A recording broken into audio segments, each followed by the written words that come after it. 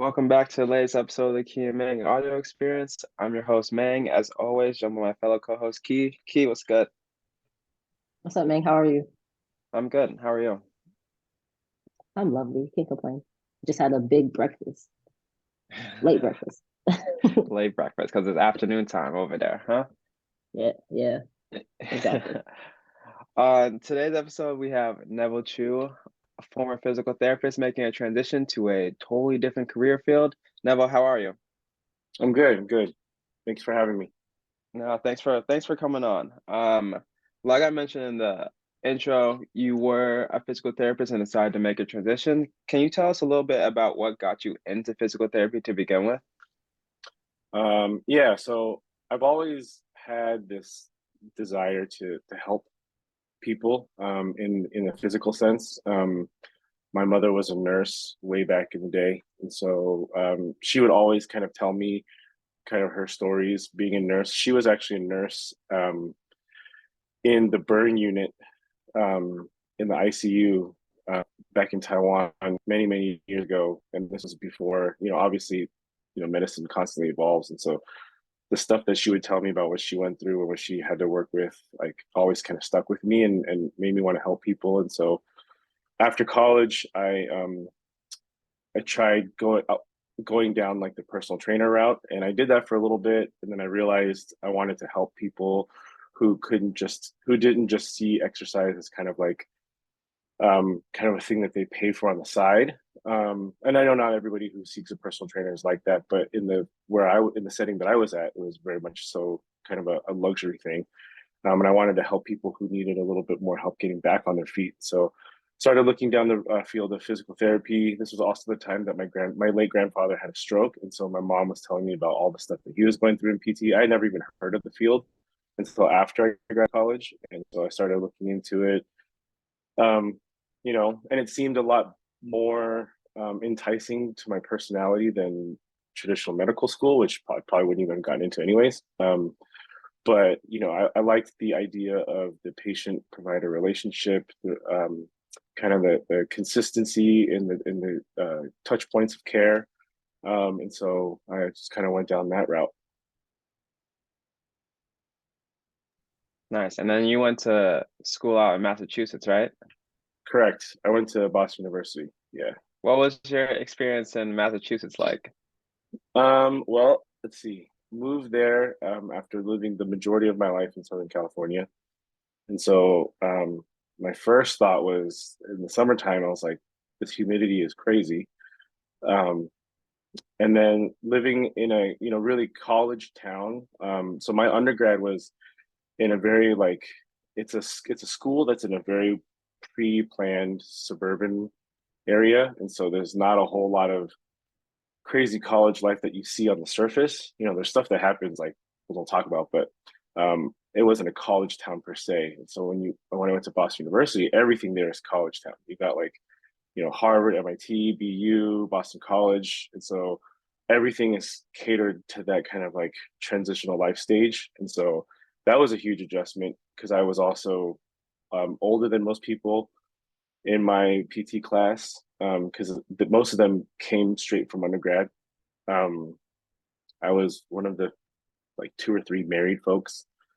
Um, but it's just a huge adjustment moving to the East Coast. That kind of like the that lifestyle, the weather, and then the winters.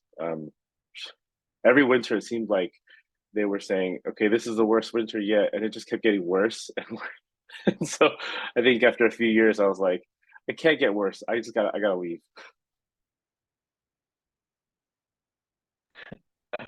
Yeah, I did my undergrad. I mean, not my undergrad. I did PT school in at MGH in Boston also, and they'd be saying Okay. the same thing. It'd be like, this is the worst winter we've ever had. This is the most snow we've gotten." I was like, bro, I'm coming from Alaska. Like, this ain't that bad. Like, but but I was just curious because the adjustment period for me was also tough because it's Alaska. It's a whole different type of flow than the East Coast and hmm Boston. I was like, this is so. I was curious. I saw you were undergrad. I mean, did your PT school at BU? And I was like, going from Cali to BU is probably a tough adjustment. Um, Yeah. so then, what were some of the skills that you felt like translated to helping you be a good PT and ultimately being able to switch out of the field and go into your new ventures? I think one of the few things that really helped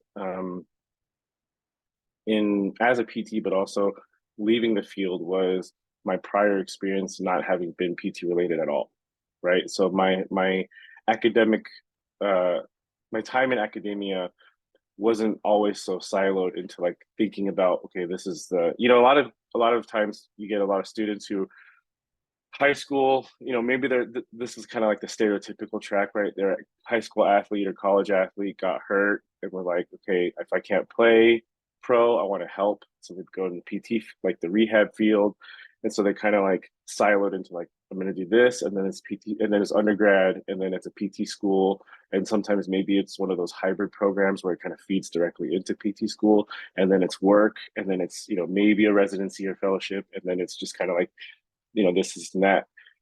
I think what really helped me was prior to any of this PT school stuff, I was working not like career type jobs, but just office type jobs in a completely unrelated field. I worked in like insurance. Um, I studied sociology in undergrad. And so having a different mindset going into my career and being able to talk to different types of people were really big and really helpful, I think, because, as an outpatient ortho, you know, like you get like a high school athlete, who's probably going to be a D1, a D1 offer. And then 30 minutes later, you've got like, a Medicare patient who's like, whose functional goals are like return to gardening or walking or whatever. And so being able to kind of converse with different people, relate to different people helped a lot in the PT field, but also then just getting out of PT, knowing how to talk to people who didn't have the same exact kind of um, experiences as me really helped. When you were thinking of transitioning, did you have any doubts about how that skill set would relate to a different field? Or just did you have any doubts in general about making the switch? I didn't have doubts in my, well, okay, this is going to sound really arrogant, but I'm just going to say it anyways. I didn't have any doubts in my own personal skill set or my own personal kind of like um, um, ability to relate and learn and adapt and grow because that's just kind of how I am. Like if there's a skill that I need to learn for a particular task, I'm going to learn it, right? Um, I always put the onus on myself to improve. What I was afraid of was how, and this proved to be true many, many times, was the perception of my skill set. And so people like to box people up regardless of where you're at, right? And so they're like, okay, you're a PT, great, you have a doctorate, great, but you can only do this one thing. Mostly because like talk to 9 out of 10 people on the street, they have no idea what a PT is, right? I've actually experienced it. And even then, they think that PT is only the type of PT that they experience, but we have like tons of subspecialties. And so the perception was, but my fear was that the perception would be, you only know how to do this thing, you don't have these skills, you don't have the ability to know these skills. But if you really look at what a PT does, we have to do so many things that are used in the corporate field, right? You're talking about working with patient plan of care, that's project management, right? That's goal setting. You're talking about how to schedule, and I know you have your own like kind of thing on the side too, like how to schedule clients and patients new evaluations, follow-ups in a way that is one going to be conducive to you not burning out, but also you being profitable, right? And so that's like the business and the finance side of things, which a lot of obviously corporations need, especially now, right? And then you've just got so many other skills. We've got so many other skills that can be translated, just but they're just not translated on paper because we, as humans, we like to look at resumes and pedigree and all this kind of stuff. And and then going back to even PT school, like how many people did you go to PT school with? And you obviously don't say names, but that you're like you got really good grades, but they struggle in the actual field. And then you've got people who got maybe didn't graduate top of their class, but excelled in the actual practice, right? And so that was my fear, and it proved to be true many, many times. Like the transition out of PT was long, was very disheartening, many times, but you know, I mean, you just got to push through, right? It's like a rehab plan. Just got to keep pushing through. Do you feel like it was hard because of like other like the career you was trying to go into, they thought of PT in one way when they don't really realize this all the other skills you have? I think it's hard because they don't think of PT as at all. Nobody knew what that was. They just saw the fact that, okay, you have a doctorate, but you don't have any of these other like skills, that certifications that, that nowadays you can learn online for a majority of these things, but you don't have these things on paper. And so we can't, justify hiring you for this role. Right. I mean, I got um, so many like applications sent out and jobs I applied for that just basically would send you the canned email like you're underqualified, overqualified because of you have letters or whatever. And so yeah, it's sorry if that doesn't really answer your question, but yeah, it's just I think it's important for PTs who are trying to think about outside of the box careers, outside of just the clinic walls, to really think of what they do in the clinical sense and how that applies to so many things outside of being a practitioner. I agree. And I think like even if you're not trying to change your career, like still trying to be in the PT field, like there's so much you can do outside of like the one-on-one patient care to leverage your skills to reach more people. It doesn't have to be leaving the career if you don't want to, but I feel like people are just like so stuck on one-on-one care that they don't see how much they can do like with educating people. Like you Mm-hmm. said, project management, organization, all that stuff is in our day-to-day roles. It's just not, I guess, seen in one-on-one care. Mm-hmm. So it is kind of a narrow way to think. How did you go about managing those perceptions and not letting the rejections kind of bring you down and stop you from succeeding? Um, I think managing those perceptions is really just your own personal thing. You just got to believe that you know what you want and, um, have a vision for your life. You're going to have doubters regardless. Well, even if you stay in the field, right? Like how many people are like, oh, I want to start my own practice. And there's a doubt, there's someone doubting them. Maybe it's even themselves. Like, oh, you can't do that. You need the backing of like whatever, whatever, whatever. Right. Um, but managing those perceptions is really just your own personal thing, right? Like, know what you want, have a vision for your life. Don't be afraid to go get it. Don't don't quit at the first obstacle, second obstacle, even third obstacle. Just keep going after, keep learning. There's so many ways you can educate yourself and so many ways you can acquire new skills. And then and connecting and networking and humbling yourself enough to just reach out to people. Like I reached out to so many people that I don't even actually personally know, like face to face, but just through like other networks. And it was just like, how can you help me get a foot in the door? Where do you think I should go to learn about this? What do you think people are looking for? There's I had a phone call like way back when I started this whole process. I had a phone call with this guy that I knew back in Boston years ago, right? We hadn't talked in years. Um, and he's actually teaching courses online about like product management or something like that. And so I reached out to him. I was like, hey, you may not even remember me, but can I ask you a couple questions of like, what are they looking for in this field? How can I, expand on where I'm at, right? And get sort of recognized. And he gave me a lot of inside info, like insight into transitioning out and what people are actually looking for in the field. So, I think the big part is like, I don't know what it is about. I mean, this is humans in general, but I think I see this a lot in PT, maybe because we're so territorial and like the social media aspect of physical therapy has made us so like competitive and like we have to know everything. We have to have this like facade of like we know everything, we don't need help, we have all the answers, we've read, volumes and volumes of research, which is usually a lie. No one really reads. Very few people actually read as much as they say. Um, but going out there and just seeking the help and networking, right? But again, managing those perceptions is you.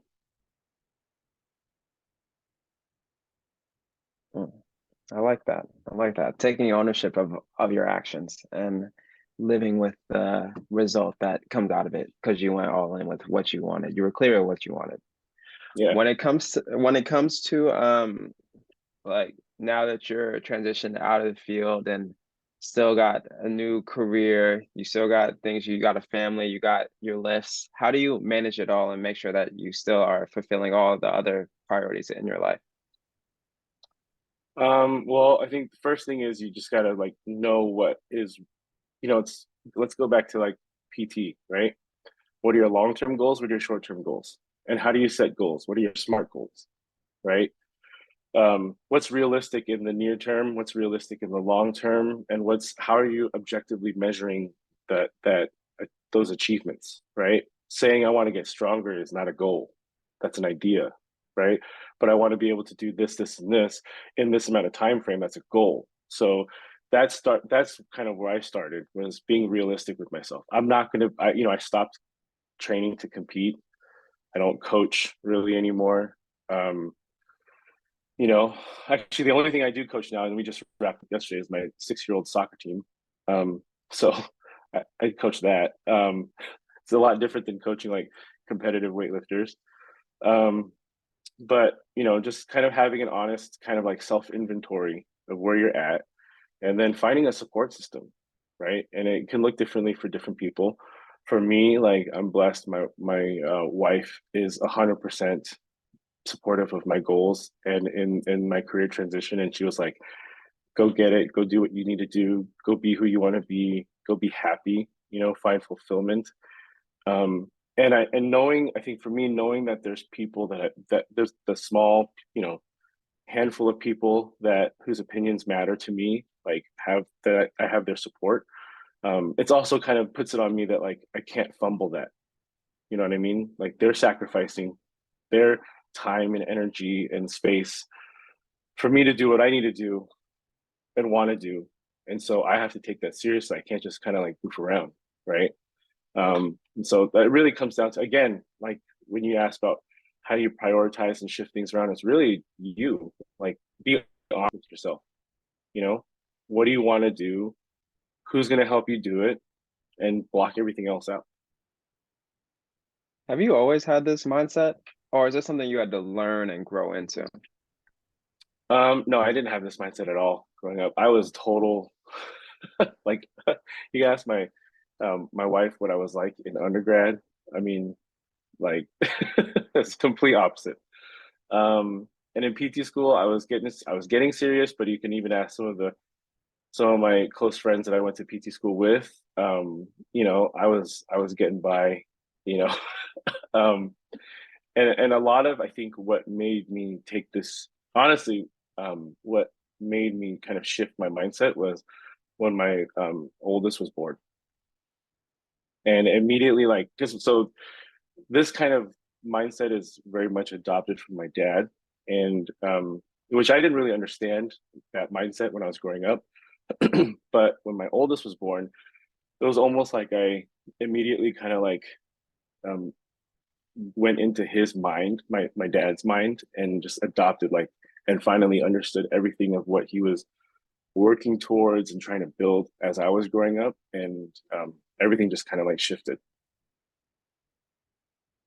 Being a parent will change you in many ways. I hear that a lot. I don't have any kids yet, so I will want to experience that. I have one question though, in regards, since you mentioned kids, like what would you say after this experience, like switching careers, what would you say to your kids as they get to that age where they're starting to think about what they want to do for their life?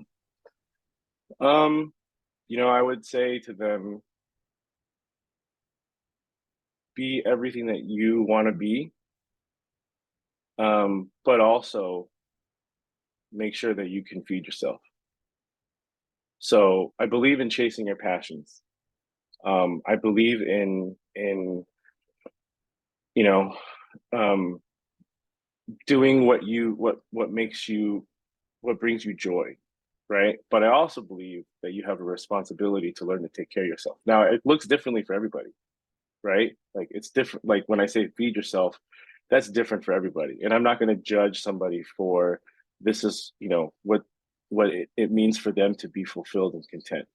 Right. And so that means that's on all levels. But I think I think it's important to have that balance, because there's going to come a time when my sons have to then take care of others. Right. And if everything that they've been about is just like, this makes me happy, but I can't take care of myself, then they're going to have to take care of other people. Right. And I wish I had adopted this kind of thinking way sooner. Right. I had friends in college who were like on this mindset, like from like right out of high school. And I was always like, why do you take life so seriously? But man, they're doing okay today. And so I wish, I had adopted this sooner and I didn't spend so much time just kind of like floundering around. But at the same time, if I hadn't gone through that, if I hadn't gone through those experiences before, I probably wouldn't have arrived at where I am now and feel so passionately about it, for myself and for other people. So yeah, I would say those two things to my kids. Yeah, I think the self-awareness aspect of it is just understanding that it's a journey and that it's up to you to take the lesson that you learn and try and implement them to change them in the future. I think that's and not just saying doing the same thing just because that's what's been done in the past, but being able to think about, okay, this is what I did when I was younger. I don't want this to happen for my kids, so this is how I'm going to change it moving forward, and I'm gonna be about that change and not just tell them to change because I told them to change, but actually exemplify what I want them to represent and what I want them to be about. So I really like that. Yeah. My last question for you, if you could leave our listeners with 1 to 2 takeaways that you want them to leave this episode with, what would you say? Um,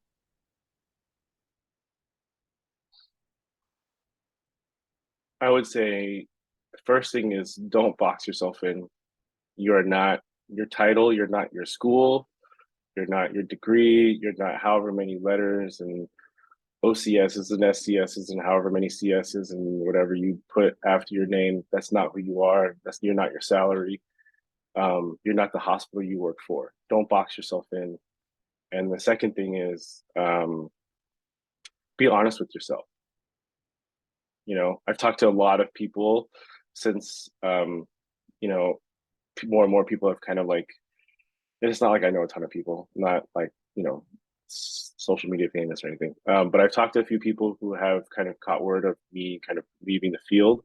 And surprisingly, there's a lot of PTs out there who want to leave. They just want to say it. I think and it's a big, it's scary, right? Um, and a lot of them have asked like, okay, so I want to transition out. How do I do that? And I'm like, okay, so what do you want to transition into? Like, I don't know. And how do you plan to get there? I don't know. And what do you plan to study now that you have a new goal? I don't know. Well, I mean, my question to them is like, are you being honest with yourself? Like, do you want an escape? Do you just want to leave, or do you actually have a destination you want to get to? Right. I think that's important, because if you just want to leave, you're never going to be happy, because you're just always going to be trying to find an escape of something. Right. But where is your destination? Be honest with yourself. Okay, I wish the like the applause button or something, like just the like after effect. That was fire. That was fire. But Neville, where can people find you if they have questions or want to reach out to you? Um, it's a good question. I think, yeah, my Instagram is Neville. Hold on, I don't even remember, honestly. Um, yeah, my Instagram is neville.chew.dpt, and then my Twitter is neville.chew.dpt. So pretty simple. I don't even know why I can't remember that, but it's pretty simple. Perfect. Well, I just want to say thank you for joining us on the pod. It was a pleasure. I had a recommendation to ask you to be on the pod, and I'm glad that we were able to reach out and make this happen. So thanks again for joining us. Thank you. Thanks for having me. Thanks. Catch you guys on the next episode. All right.